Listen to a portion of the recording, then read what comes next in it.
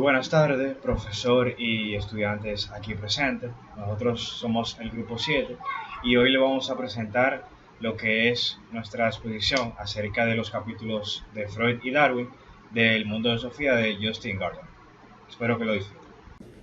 Yo les voy a estar hablando sobre el capítulo de Darwin.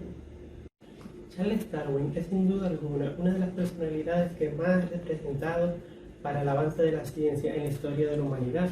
Sus estudios sobre la evolución y sobre todo el descubrimiento de la selección natural han marcado un nuevo rumbo de la biología para lo que es hoy en día la biología. Darwin demostró que el ser humano es el resultado de un largo desarrollo biológico. Darwin era biólogo e investigador de la naturaleza, pero fue el científico de los tiempos modernos que más que ningún otro desafió la visión de la Biblia sobre el lugar del hombre en la creación de Dios. En el mes de agosto de 1831, cuando tenía 22 años, Darwin recibió una carta que marcaría el rumbo del resto de su vida. Este fue un encargo del gobierno para investigar el extremo de Sudamérica. Buscaron a Darwin por ser la persona más cualificada que conocían para encargarse de una tarea de esa clase. El 27 de septiembre de 1831 salió rumbo a Sudamérica y no volvió a Inglaterra hasta el mes de octubre de 1836. Por otra parte, el viaje a Sudamérica se convirtió en una vuelta al mundo. Este fue el viaje del científico más importante de los tiempos modernos. Aquí fue que Darwin descubrió muchísimas cosas nuevas. Darwin escribió que el viaje ha sido decididamente el suceso más importante que le ha pasado en su vida. Cuando volvió a su patria, con solo 27 años, ya era un investigador de la naturaleza, famoso, pero pasaría muchos años hasta que publicara su obra más importante, el libro que incitó el debate más grande en Inglaterra, que fue El origen de las especies, que salió en el 1859. Darwin presentó dos teorías en este libro. En primer lugar, dijo que todas las plantas y animales actuales descendían de formas anteriores, más primitivas. Y lo segundo que defendió en esta teoría fue que la evolución se debía a la selección natural. Tanto los hombres de la Iglesia como muchos sectores de los ambientes científicos se atenían a la doctrina de la Biblia, según la cual las distintas especies de plantas y animales eran inalterables. La idea era que cada especie animal fue creada de una vez por todas mediante un determinado acto de creación de Dios. Darwin buscaba un mecanismo universal para explicar su teoría. De pronto tuvo la explicación de cómo sucede la evolución. Se debe a la selección natural en la lucha por la vida, y en esta lucha el que mejor se adapte al entorno es el que sobrevivirá y llevará a la raza más adelante. Esta es la segunda teoría que presentó en el libro El origen de las especies. Darwin señaló que la lucha por la existencia es a menudo más dura entre especies cercanas, porque tienen que luchar por el mismo alimento. Cuando más dura sea la lucha por la existencia, más rápida será la evolución de nuevas especies. En estos casos solamente sobrevivirán los que estén mejor adaptados. Pero no se trata únicamente de alimentos, también se trata de la importancia de evitar ser presa de otros animales. Darwin decía que la única misión que tiene el individuo es crecer y reproducirse para continuar la especie. Como comentaba mi compañero anteriormente, Darwin propuso dos teorías. Estas teorías trajeron controversia dentro del ámbito religioso, porque se tenía como idea principal la idea creacionista.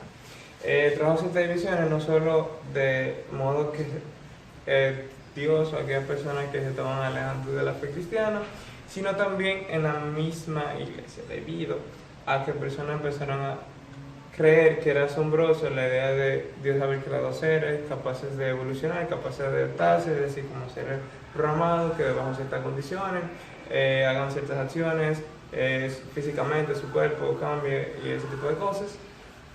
Y también se tenía las personas que creían que Dios había creado personas en un solo estado y las personas que se estaban alejando del fe.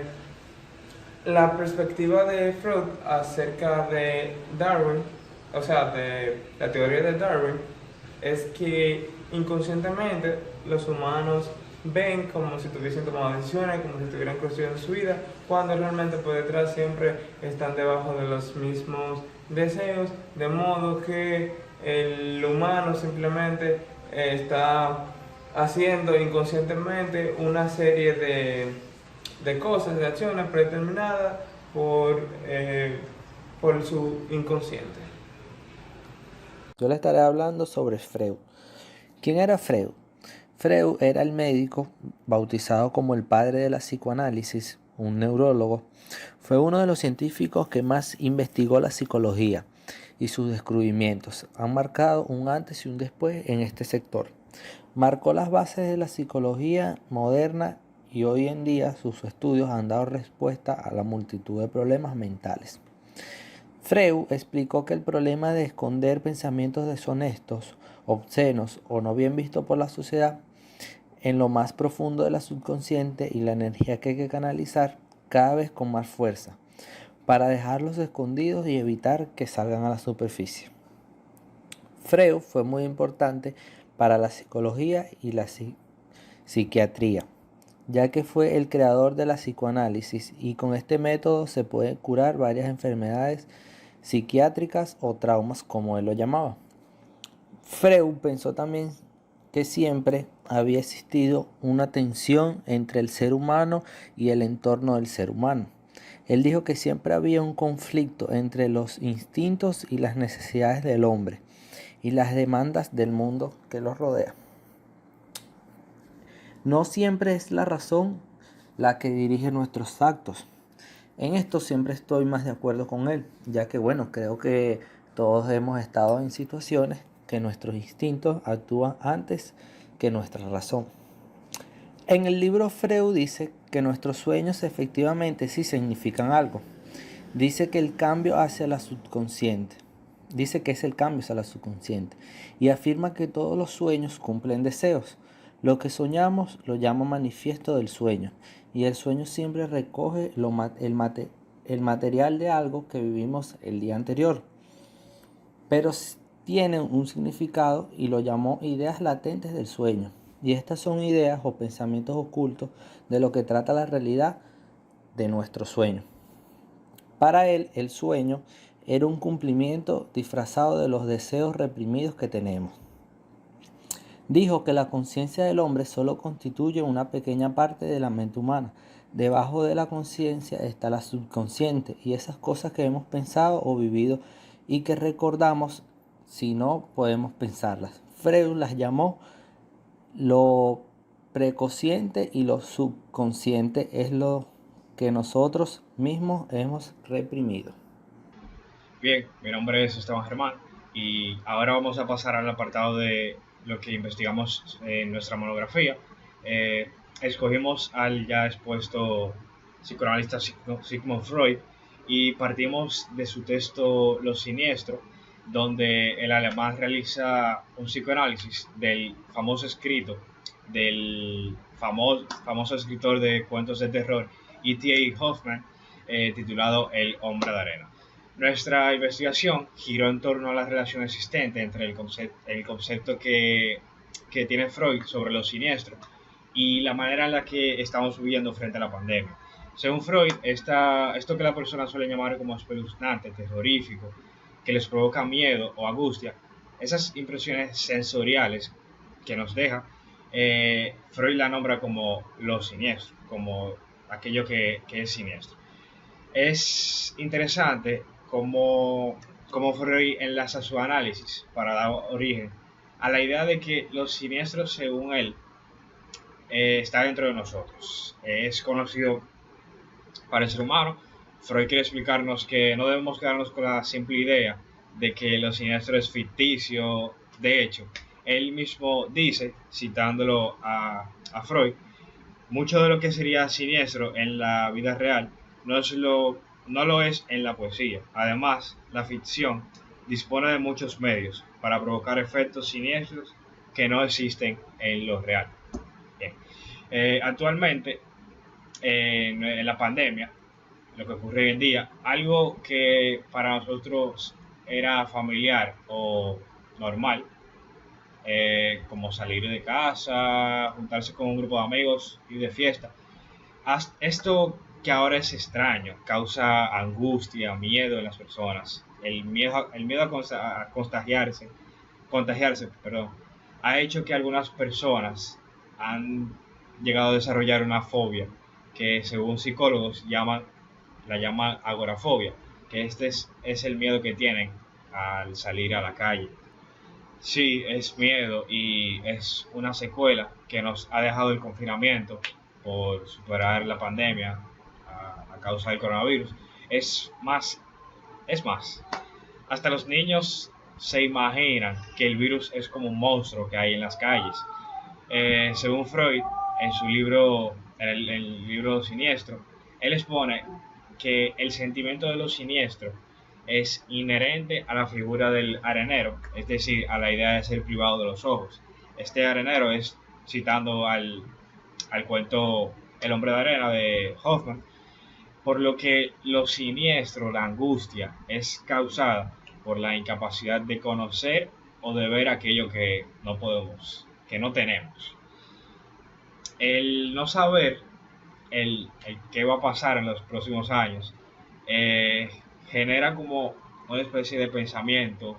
Es como un monstruo de niño que alguna vez vimos y parecía que era de algo exterior, algo que veíamos fuera, pero realmente está dentro de nosotros, es un reflejo de nuestra mente. Venía a nosotros mismos. Le conocíamos como con mucha incertidumbre, no sabíamos si era real, pero el hecho era que estaba dentro de nosotros. Y básicamente las personas durante la pandemia han tomado el papel como el de Nathaniel en el cuento de Hoffman, el hombre de arena. Porque así como este personaje, al no saber quién era el hombre de arena que le sacaba los ojos a las personas, esa misma incertidumbre que le provocaba miedo, la tenemos nosotros. Eh, Ese miedo porque no sabemos si cuando salimos de nuestra casa a cualquier cosa, no sabemos si nos vamos a contagiar. El hecho de que cuando volvemos, esos días de incertidumbre, sin saber si estamos o no contagiados, no sabemos ni siquiera si la situación mejorará o empeorará. Y nada, para concluir, según Freud, como él dice en su libro, eh, un extraño cambio es lo que está fuera de las dimensiones en las que no nos movemos. Corresponde tanto a lo que no conocemos como a lo que no reconocemos. Sabemos poco o nada al respecto. No forma parte de nuestra cotidianidad, ni comprendemos su lógica, ni tenemos idea de cómo verlo o cómo abordarlo. Nada, esta fue nuestra exposición. Espero que le haya gustado y nada. Aquí termina el video.